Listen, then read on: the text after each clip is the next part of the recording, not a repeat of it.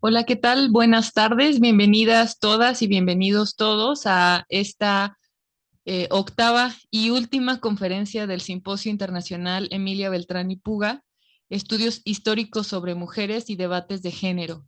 Estamos muy agradecidas con todas por su participación, por su esfuerzo, por su trabajo. Han sido 4 días muy extenuantes, pero no tengo la menor duda que también de muchos aprendizajes, de muchas discusiones, de muchos debates. No todas hemos podido seguir todas las mesas, pero bueno, afortunadamente la mayoría se quedaron en las transmisiones en vivo, entonces podremos después revisarlas con calma. Pues también quisiera agradecerles a nombre del equipo de las que hemos organizado esto, nombrarlas a todas. No me da mucho tiempo, pero por ejemplo aquí está Nadia Rubalcaba, que sin ella no hubiéramos podido hacer un montón de cosas, desde la logística, desde el diseño de los carteles, hasta pues toda la cuestión de las mesas. También a Eugenia Casian, que aquí está, a Kena Kane, que se fue, y a todas las compañeras de la Universidad Pedagógica.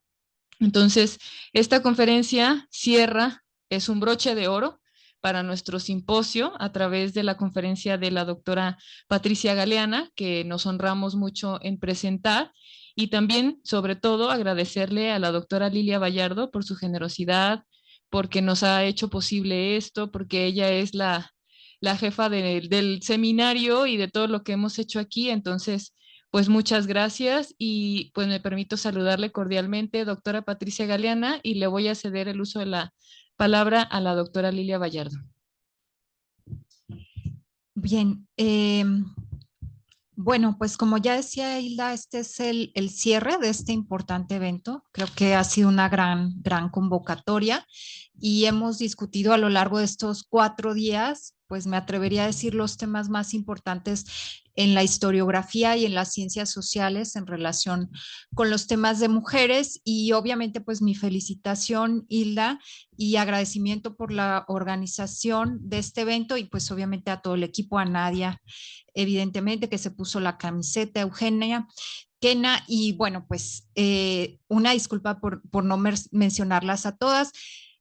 Voy a permitirme moderar la conferencia, doctora, y bueno, pues recordando, sugerimos alrededor de 40 a 45 minutos para su ponencia, claro que ahora sí que estamos interesadas en escuchar el tiempo que sea necesario, pero porque tenemos aquí pues personas escuchando presencialmente en el auditorio Carmen Castañeda y posiblemente también a través de redes sociales que se está transmitiendo esta conferencia, surgirán dudas, así es que pues sería bueno al final hacer algún espacio para poder dialogar con usted, si le parece bien. Y bueno, pues una vez dicho esto, me voy a permitir leer una breve semblanza de la doctora Patricia Galeana, aunque bueno, creo que la mayoría la conocemos o es bien conocida en el gremio.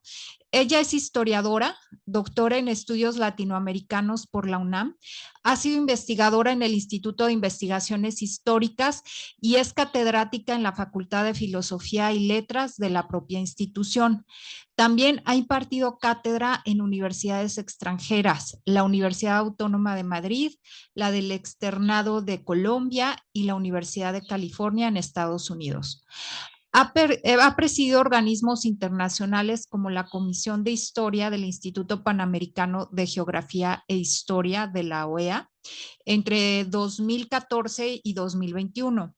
Fue vicepresidenta de la Confederación Internacional de Mujeres Universitarias, actualmente Graduate Women International, 2010-2013 e integrante de la mesa directiva de la Asociación Internacional de Museos de la Mujer, con sede en Merano, Italia, 2012-2016. Ha presidido las siguientes organizaciones civiles: la Federación Mexicana de Universitarias, de 1989 a la fecha, Asociación Mexicana de Estudios Internacionales, AMEI, entre 1995 y 1997, Asociación de Especialistas sobre la Reforma, la Intervención Francesa y el Segundo Imperio, AC, Arisi de 2002 a la fecha. Es miembro correspondiente extranjera de la Academia Nacional de la Historia del Ecuador desde 2020. Es autora de 16 libros, de 104 capítulos de libros, coordinadora de 328 obras y prologuista de 70 obras de historia política, diplomática y de género. Entre sus más recientes distinciones se encuentran la condecoración Gran Orden Victoria de la República 2017, distinción de la Secretaría de la Defensa Nacional, la Academia Nacional de México y la Academia Nacional de Historia y Geografía, entregada por el presidente de la República, la medalla Antonio Nariño, que otorga el gobierno del municipio de Villapinzón, Colombia. El Premio Universidad Nacional 2022, el reconocimiento al mérito universitario 2022 de la Facultad de Filosofía y Letras y el reconocimiento Sor Juana Inés de la Cruz 2023. Estos tres últimos de la UNAM. Y bueno, esta tarde nos acompaña aquí en el auditorio Carmen Castañeda del Colegio de Jalisco y nos impartirá la conferencia magistral titulada La historiografía feminista y la historia de las mujeres. La escuchamos, doctora, recordando que hay que esperar unos segunditos para que le abran su micro. Gracias por estar aquí. Muy bien, no sé si ya se escucha. Muy bien. Bueno, pues yo agradezco mucho la invitación a las doctoras Lilia Vallardo e Hilda Monraz para participar en este interesante simposio internacional Emilia Beltrán y Puga de estudios históricos sobre las mujeres y debates de género. Pues yo voy a ayudarme con una presentación en PowerPoint para que sea más didáctica la exposición. Y pues lo primero que pues tenemos que reconocer es lo difícil que ha sido para quienes nos dedicamos a la historia el buscar y encontrar registros sobre el quehacer de las mujeres. Este yo diría que es uno de los principales problemas y que tenemos que atender recuperando la documentación que todavía nos es posible de las mujeres contemporáneas o que acaban de transitar. ¿A qué se debe que la historia de las mujeres sea una historiografía muy reciente? Bueno, pues evidentemente esto se debe a la cultura patriarcal que invisibilizó a las mujeres, a decir de Michel Foucault, desde la propia relación sexual se da una relación de poder, de dominación del hombre sobre la mujer. Y esto ha explicado la inferioridad supuesta de las mujeres y explica su ausencia histórica. Lo primero que estudiamos en la historiografía desde la antigüedad clásica es la historia política. Y al estudiar en la siguiente lámina vemos la historia política, pues vemos que se estudia al poder y por lo tanto solamente se llega a mencionar a algunas mujeres que detentaron excepcionalmente el poder por falta en los tronos, por ejemplo, de una descendencia masculina. El poder, hay que recordarlo, es masculino, o sea, el hombre manda y la mujer obedece.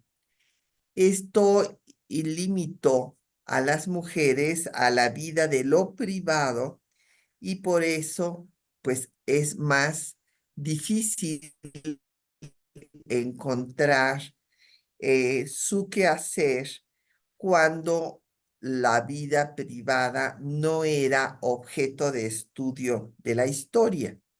Viene ya desde la escuela de los anales el interés porque haya una historia integral, y si bien primero se critica a la vieja historia se tiene que seguir estudiando porque el poder existe y afecta a todos los órdenes de la vida. Hay corrientes historiográficas que incorporaron a la mujer para poder estudiar las fuerzas de producción. Es el caso del materialismo histórico, que va a hacer en la siguiente lámina el estudio de la historia económica. Esta historia económica, la siguiente lámina, por favor. La historia económica se va a basar en el proceso continuo entre el pasado, el presente y también planeando el futuro, porque como ustedes saben, lo que se ha discutido siempre entre los historiadores es cuál es el motor de la historia y si es la búsqueda de la verdad. Primero los positivistas pues redujeron a la historia a un conocimiento desvinculado del presente para que pudiera ser más exacto.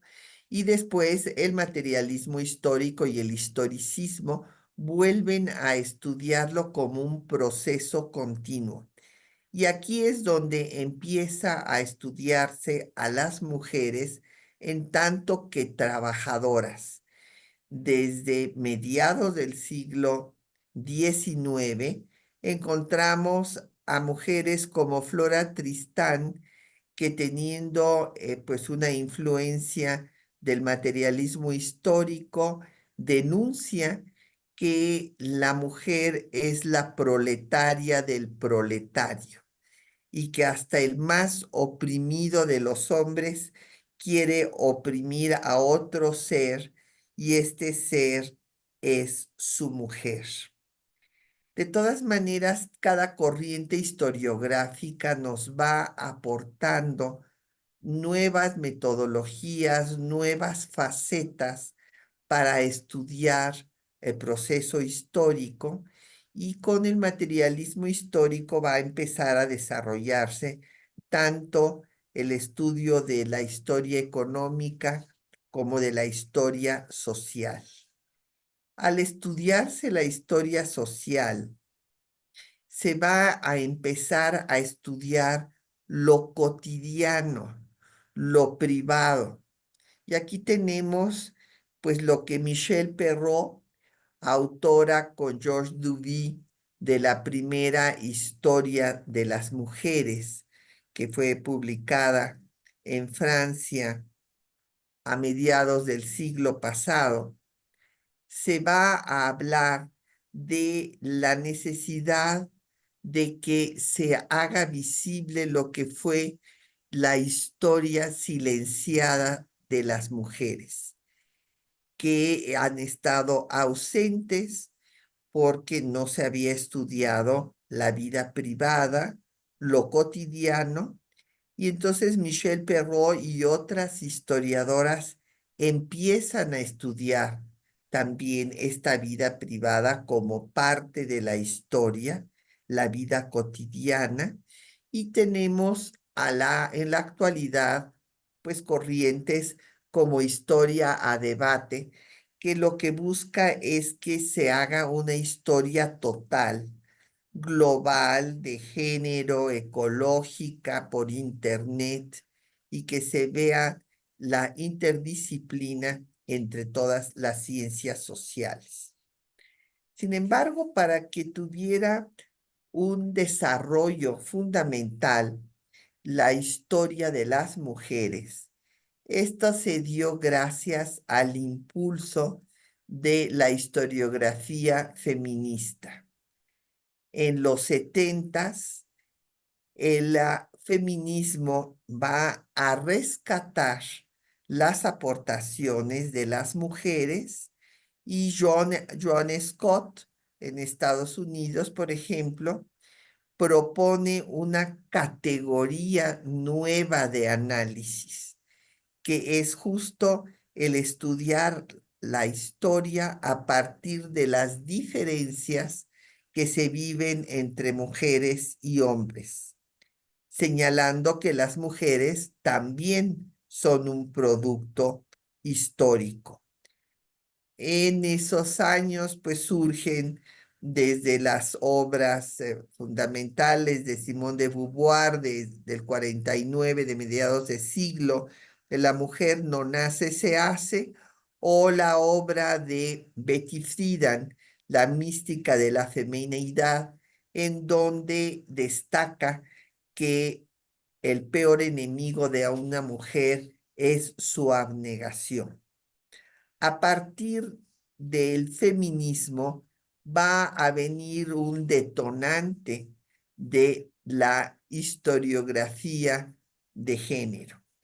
Se estudia la historia de las mujeres y va a surgir, como había yo mencionado, la obra de Michel Perroy y George Duby, en donde los autores concluyen que el matriarcado no es sinónimo de patriarcado, sino que representa a la maternidad triunfante y no a la dominación de las mujeres sobre los hombres, como sí establece el patriarcado. Uno de los problemas fundamentales para el estudio de la historia de las mujeres, como ya señalaba yo, es la falta de registro.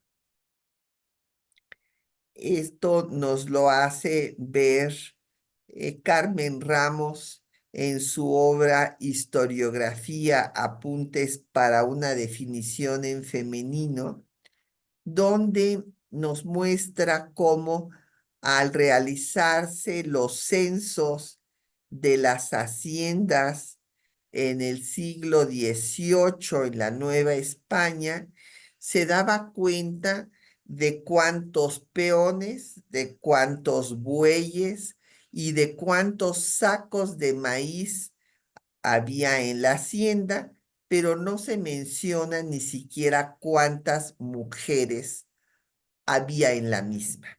O sea, esta invisibilidad de las mujeres es uno de los principales problemas a los que nos enfrentamos quienes trabajamos la historia de las mujeres, ya que, decíamos, fue hasta el siglo XX, ya a mediados, cuando empezó a contar, a tener significación el tema de la vida privada y a estudiarse y registrarse lo que las mujeres hacían en su vida cotidiana.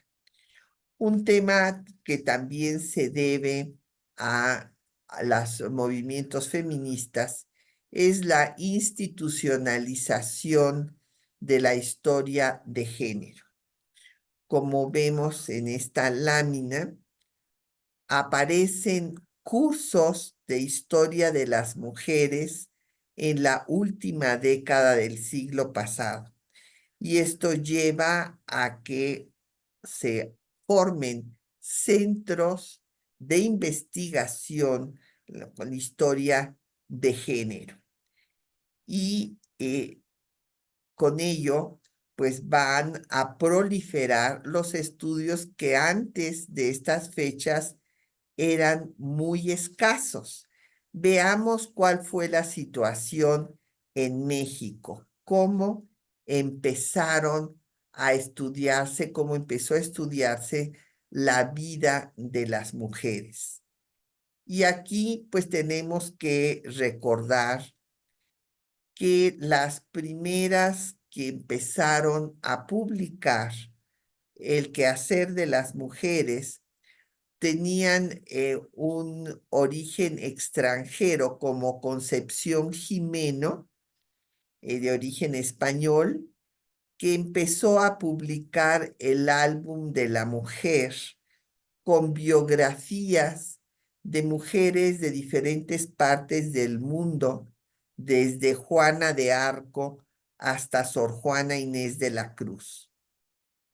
La sociedad conservadora mexicana era más permisiva con quienes tenían origen extranjero que con las mexicanas. Así tenemos también que Laureana Wright funda en 1884 la revista Violetas de la Náhuatl y va a poner en la portada de cada número una fotografía de una mujer destacada y va a incluir su semblanza biográfica. Después se publicará todas estas semblanzas en una obra que se llama Mujeres Notables Mexicanas, en donde encontramos las primeras biografías desde mujeres de la etapa prehispánica hasta el año en el que se hace esta publicación, en 1910. Dolores Correa Zapata es otra de las pioneras que se pone a estudiar la historia de las mujeres y funda la revista La Mujer Mexicana, editada por Dolores Jiménez y Muro, en donde se incluye una sección que describe la actividad profesional de sus colaboradoras, o sea, de las propias mujeres que están escribiendo en La Mujer Mexicana. Y es en 1929 cuando en la Facultad de Filosofía y Letras se va a constituir la primera organización de mujeres universitarias que se va a afiliar a la Organización Internacional que subsiste hasta la fecha, aunque cambió de nombre. Antes era International Federation of University Women y ahora es Graduate Women International, y tiene su sede en Ginebra y es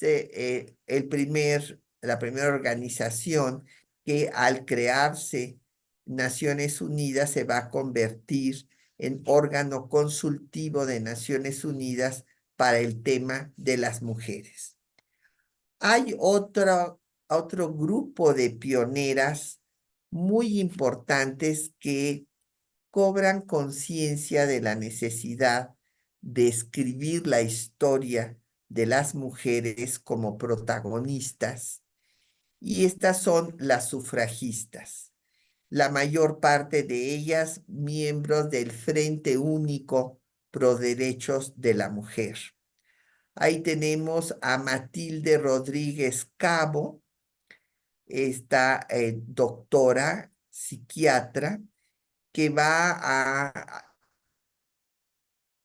publicar La Mujer y la Revolución, haciendo una crítica de la Revolución Mexicana. Ella acá y tenía mucha influencia del materialismo histórico y consideró que la Revolución Mexicana no había emancipado a las mujeres.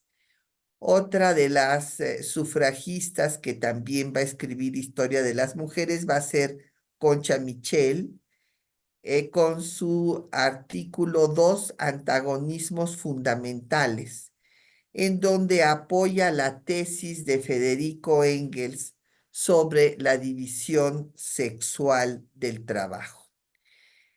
También hay otras mujeres que publican textos sobre mujeres, como Adela Formoso, la mujer mexicana en la Organización Social del País, que va a ser la fundadora de la Universidad Femenina de México, o María Ríos Cárdenas, que va a publicar La mujer mexicana es ciudadana, dando cuenta en 1940 de toda la lucha sufragista y cómo había sido congelada en el gobierno del presidente Lázaro Cárdenas la iniciativa para que se reformara el artículo 34 constitucional y las mujeres fueran ciudadanas. Y otro ejemplo más, ya de mediados de siglo, es el de Artemisa Sáenz Royo, que escribe la historia política, social y cultural del movimiento femenino en México y que incluye biografías de las precursoras. Ya después, en la segunda mitad del siglo XX, empezamos a tener los trabajos de académicas como Julia Tuñón, que escribe Mujeres en México, una historia olvidada, o la magnífica obra en 4 volúmenes publicada por el Instituto Nacional de Antropología e Historia, que pues tiene todos los textos que nos sirven para darle un seguimiento a la historia de las mujeres desde la época prehispánica hasta el siglo XX. Ahí participan Julia Tuñón, Marta Eva Rocha, Enriqueta Tuñón y Marcela Tostado, entre otras colegas.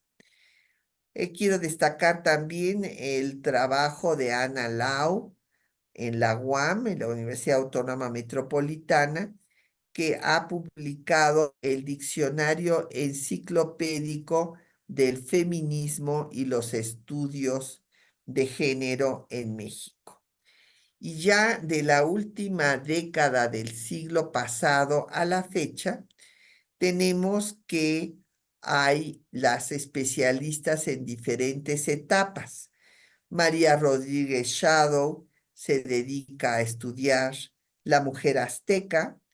Josefina Muriel fue pionera en el estudio de la cultura femenina religiosa.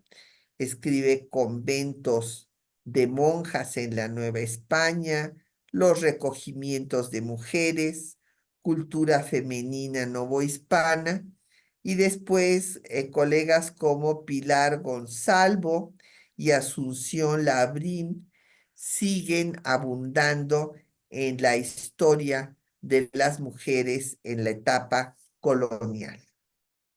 Y del siglo XIX, pues tenemos uno de los trabajos pioneros fue el de Adelina Cendejas, La mujer en la intervención francesa, y tenemos otras colegas como Lourdes Alvarado, que se ha especializado en el tema de la educación de las mujeres y en la figura de Laureana Wright, o Piedad Peniche, que ha estudiado a las feministas yucatecas, La Siempre Viva y el Instituto Literario de las Niñas. Y hay la colección, pues, de maestras de México que iniciamos en el Instituto Nacional de Estudios Históricos de las Revoluciones de México. De la propia Revolución Mexicana, además de Ana Lau y Eva Rocha, Ángeles Mendieta es la que tiene el trabajo pionero de esta parte de nuestra historia, y del sufragismo, pues tenemos a Enriqueta Tuñón, una obra exhaustiva que lleva por título Por fin ya podemos elegir y ser electas, o Ana Macías, Contra viento y marea, el movimiento feminista de México. En cuanto a los estudios de género en nuestro país, pues yo me voy a centrar fundamentalmente en los que se van a crear en la Universidad Nacional Autónoma de México. Ahí surge primero el Grupo Autónomo de Mujeres Universitarias, GAMU, en la Facultad de Psicología de la UNAM, y después en el Colegio de México se va a fundar el Programa Interdisciplinario de Estudios de Género, con la iniciativa de la querida maestra que ya no está con nosotros, Elena Beristain, y en 1984 se crea el Centro de Estudios de la Mujer en la Facultad de Psicología. En 89 se reorganiza la Federación Mexicana de Universitarias, que había perdido su membresía en la organización internacional, y en 92 se va a crear primero como un programa universitario de estudios de género, que después se transforma en el Centro de Investigaciones y de Estudios de Género en 2016, que es el CIEG, que está en plena actividad hasta nuestro tiempo presente. Se conforman redes de instituciones de educación superior, en donde encontramos a 52 instituciones que van a promover los estudios de género, y a partir de los movimientos feministas que tienen lugar antes de la pandemia, realmente fue impedido el curso de este movimiento por la pandemia, se va a crear en la Universidad Nacional la Coordinación para la Igualdad de Género en la UNAM. Y nosotros, por nuestra parte, hemos abierto el primer museo de la mujer en México, que es el que se ubica en la casa de la primera imprenta universitaria. Hay otros que se llaman museos, pues virtuales, o el que, perdón, se estableció en Buenos Aires, pero que en realidad es una sala de exposiciones temporales. Y entonces el único museo de la mujer que existe actualmente en América Latina es el que pueden ustedes visitar en Bolivia 17, en el centro histórico. El proyecto lo presentamos cuando Naciones Unidas convocó a Gramas para enseñar a la población lo que son los derechos humanos y cómo defenderlos. Y ahí presentamos este proyecto en donde se hace una revisión de la historia de México desde la época prehispánica hasta la actualidad. Su pues, objetivo es que la historia de las mujeres deje de ser una historia olvidada, de acuerdo al título de Julia Tuñón en esta obra pionera, y contribuir a generar una nueva mentalidad que supere los atavismos patriarcales y que promueva no solo la tolerancia, sino el respeto a la diversidad y proscriba la violencia. El Museo de la Mujer se ha convertido en un centro cultural en donde se dan cursos, talleres, presentaciones de libros, veladas literarias, musicales, y el comentario más enriquecedor que hemos recibido es un anónimo de una persona que puso: soy obrero, tengo 54 años, ¿de veras que la han tenido difícil las mujeres. Punto. Y pues, que es justo ha sido nuestro objetivo, que el público en general cobre conciencia de lo difícil que ha sido para las mujeres tener cada uno de sus derechos y que aprenda a respetarlos. Para concluir esta exposición y ver si hay algún comentario o pregunta de quienes nos acompañan, quisiera yo leer este texto de Gerda Lerner en su obra La construcción del patriarcado. En la próxima lámina, por favor, en donde ella destaca la importancia que tiene el estudio de la historia de las mujeres. Y nos dice, la ignorancia de su misma historia de luchas y logros ha sido una de las principales formas de mantener a las mujeres subordinadas. La historia de las mujeres es indispensable y básica para lograr la emancipación de la mujer. Esta transforma sus vidas. Incluso un breve contacto con las experiencias de las mujeres del pasado ejerce un profundo efecto psicológico entre ellas. Gerda Lerner en la construcción del patriarcado. Pues muchas gracias por su atención. Quedo pendiente si hay algún comentario o pregunta de su parte.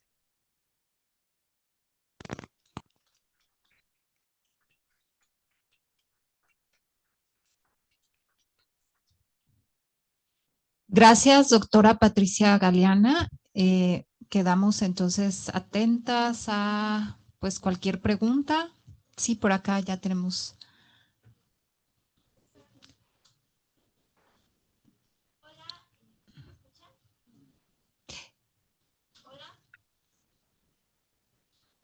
Ya. Hola, buenas tardes. Doctora, muchísimas gracias por la presentación. Ándale, sí. Okay. No sé si quieras decir tu Sí. nombre y de dónde vienes. Hola, estoy yo me llamo escuchando. Erika, yo vengo del CIESAS Peninsular, estoy estudiando el doctorado en Historia y me gustó mucho su presentación. Yo quisiera preguntar, bueno, yo vivo en la Ciudad de México y he ido en algunas ocasiones al Museo de la Mujer, la cual se me hace muy bonito y tengo una pregunta. Quisiera saber en qué otros países existe ese museo, porque entiendo que en la Ciudad de México es el único museo de la mujer en México. Y también nos decía que en Argentina, pero que solamente es una exposición temporal. Y yo quisiera Sí. saber si hay en otros países ese tipo de museos. Gracias. Sí. Muchas gracias por tu Si gusta, doctora, a pregunta, lo mejor podemos hacer un Erika. bloque de 2 o 3 preguntas. No sé si hay alguien más aquí en el auditorio.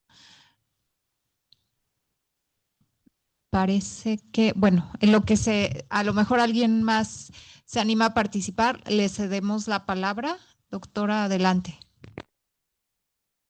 Sí, muchas gracias.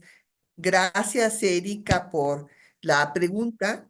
Pues resulta que justo a partir de los movimientos feministas se empezaron a crear museos de la mujer, primero en Europa y en Estados Unidos. Ahora, la mayoría de los museos que se dedican a temas históricos son museos que ven un aspecto en especial de la historia de las mujeres. Por ejemplo, en Manchester, Inglaterra, se destaca el movimiento sufragista y son muy pocos los que hacen una revisión de la historia completa de las mujeres en un país, como es el caso de lo que hicimos aquí en México. Como oyeron ustedes, en la presentación que me hicieron favor de hacer en Merano, Italia, hace ya más de, pues como 20 años, surgió la red de museos de la mujer del mundo, pero son diversos. Por ejemplo, el Museo de Merano se dedica a la vida cotidiana, entonces tiene pues desde vestidos hasta algunos enseres del trabajo doméstico de las mujeres. Hay en China, por ejemplo, un museo en donde están también todos los vestuarios que han usado las mujeres, sus zapatillas, pero son muy pocos, yo diría que son los menos los que hacen una revisión de la historia de las mujeres en su conjunto. Y es de desearse que en cada entidad federativa, pues que allá en Jalisco, se haga un museo de las mujeres en Jalisco y así en cada estado de la República, y se recuperen estas historias que han sido invisibilizadas de tantas mujeres que han participado en el bien de sus comunidades locales.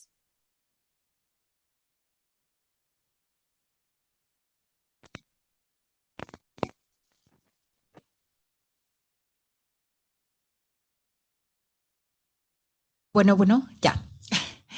Sí, tenemos otra pregunta del doctor Robert Curley. Adelante, Robert. Ah, ¿ya está la cámara? Sí, ¿quieres voltear? Buenas tardes, casi ya noches, doctora Galeana. Ya.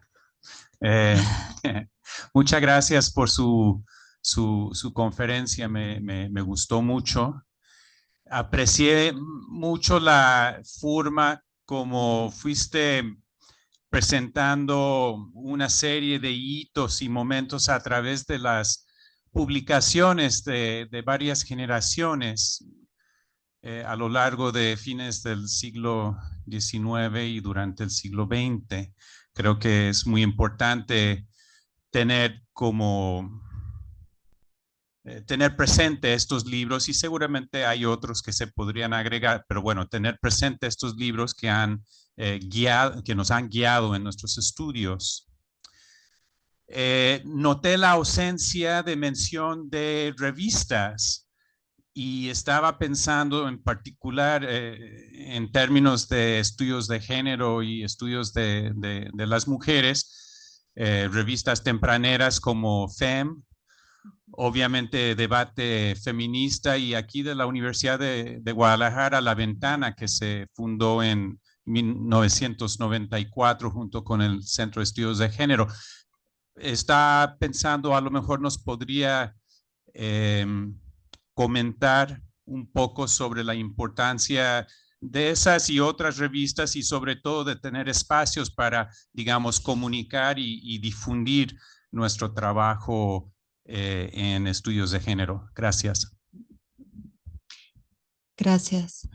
Pues le damos la palabra, doctora. Gracias. Muchas gracias, Robert, por su comentario. En efecto, pues no es una exposición exhaustiva, solamente di los ejemplos, sí, de las revistas que fueron revistas pioneras, como la de Laureana Wright, de Violetas de la Náhuac, o sea, antes de que hubiera obras pues académicas. Lo primero que surge es justo publicaciones periódicas.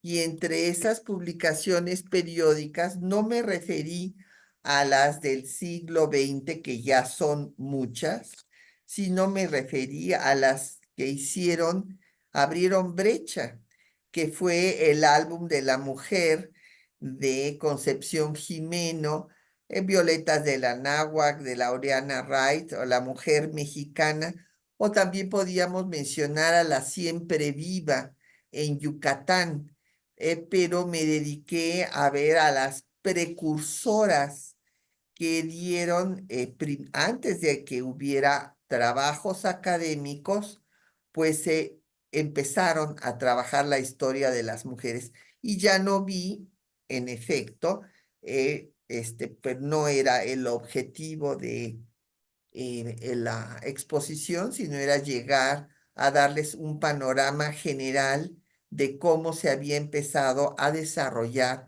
la historiografía de las mujeres, y entonces hubo revistas anteriores a las obras académicas y después ya nada más mencioné las obras académicas, pero desde luego, pues todas estas revistas son muy importantes, y revistas inclusive anteriores como La Revuelta y otras muchas. Podría hacerse una ponencia únicamente hablando de todas las revistas que hubo. No solo, pues yo mencioné las pioneras del siglo XIX, pero se podía repasar todas las del siglo XX para otro tipo de trabajo. Sí. ¿Alguna otra pregunta? Doctora, a mí me gustó mucho y creo que es una buena, creo que, bueno, y creo que es una excelente conclusión de este simposio que usted haya concluido hablando sobre el Museo de la Mujer en la Ciudad de México. Yo quisiera preguntarle, dado que usted es la fundadora de ese espacio, ¿cómo fue el proceso de traducción, digamos, de sus investigaciones respecto a la historia de las mujeres en México? Digamos, un lenguaje material a un lenguaje, digamos, de divulgación. ¿Cómo seleccionaron los materiales? ¿Por qué? También quisiera preguntarle, ¿por qué Museo de la Mujer y no de las mujeres? Entonces, pues a lo mejor esa podría ser una buena conclusión para este evento. Bueno, por aquí alguien más se animó. Si nos permite también darle la palabra a la otra persona que quiere intervenir. Buenas noches. Muchas gracias, doctora, Si por gustas ponerte, bueno, para que te pueda ver la doctora, si quieres, te puedes poner en el pasillo y voltear hacia allá. Sí. Ajá. Buenas tardes, doctora. Muchísimas gracias por su presentación. La verdad es que me gustó muchísimo, pero me surgió una duda en torno a que usted mencionó que dentro de los primeros estudios sobre la mujer hablaba de una historiografía desde el marxismo y cómo los marxistas empiezan a estudiar a las mujeres como obreras. Se estaba refiriendo, por ejemplo, a los trabajos de Bebel o de esta Kollontai, o hay algún otro trabajo que aborde a la mujer como trabajadora desde la historia marxista. Sí, cómo no. Bueno, ¿ya puedo contestar? Ok. Bueno, en primer lugar, el tema de cómo hice los guiones, pues, para el museo, resulta que yo tengo muchos años de haber establecido la cátedra Historia de las Mujeres en México en el Colegio de Historia en la licenciatura de la Facultad de Filosofía y Letras de la UNAM. Entonces tenía yo muchos años de estar pues haciendo las investigaciones correspondientes y dando las clases. Y yo me he dedicado, a mí me ha parecido una obligación como universitarias, que somos un grupo privilegiado dentro de la sociedad mexicana. Me parece fundamental que hagamos difusión cultural. Entonces yo tengo 30 años con un programa de historia en Radio UNAM que se llama Temas de nuestra historia, y esto pues en la práctica docente de la clase de historia de las mujeres en México y esta práctica de difusión, pues me permitió hacer un guión muy sintético y didáctico. Conté con el apoyo de un gran museógrafo que es el arquitecto Ortiz Lanz, Y entonces la museografía está compuesta por diversos elementos. Yo hago la selección de textos, hay epígrafes de cada una de las etapas históricas de las que se va tratando, además de la cédula introductoria que encontramos en todas las salas de todos los museos, pero puesto que es un espacio reducido, lo que hicimos fue hacer videos. Hay videos, hay pantallas interactivas y tenemos obras de arte que van complementando cada sala. Por ejemplo, en la sala de la Cosmovisión Dual del México prehispánico tenemos una colección de esculturas originales de la etapa prehispánica. En la sala del Marianismo Novohispano tenemos una Virgen articulada del siglo XVII y así sucesivamente. Entonces, pues esto fue lo que me ayudó para hacer el guión del museo. ¿Y por qué no le puse historia de las mujeres? Pues fue porque en ese momento yo empecé a presentar esto desde 1995 y así es como nos comunicábamos en ese momento las feministas. Ahora ya lo más apropiado sería hablar de la historia de las mujeres, pero no lo era cuando yo presenté el proyecto. Esta es la razón. Y en cuanto a la historiografía marxista, sí tuvo influencia en México. El Frente Único Pro Derechos de la Mujer estuvo encabezado por la maestra Refugio García, Cuca García, como se le decía, que ella era una de las dirigentes del Partido Comunista Mexicano. Y hubo otras mujeres, mencioné a algunas, como es el caso de Matilde Rodríguez Cabo, que inclusive estuvo en la Unión Soviética, y Concha Michel, que hace un estudio apoyando la tesis de Engels en el origen de la propiedad de la familia y del Estado. Entonces, sí hubo una influencia importante del comunismo, de las ideas marxistas en las primeras sufragistas e hicieron publicaciones que el compañero que nos hizo la pregunta puede consultar, como La Mujer y la Revolución de Matilde Rodríguez Cabo o Dos antagonismos fundamentales de Concha Michel. Bien, pues hay unos minutos todavía, si alguien más se anima a preguntar, comentar. Parece ser que por redes sociales tampoco ya no hay más comentarios, de tal manera que solo nos resta agradecerle, doctora Patricia, por su gran aportación y cierre con broche de oro a este evento. Y bueno, pues quisiera invitarles a todas las personas aquí presentes a acompañarnos a un evento cultural que tendrá lugar acá en el Auditorio Tenamaxtli. Y bueno, buenas noches, gracias.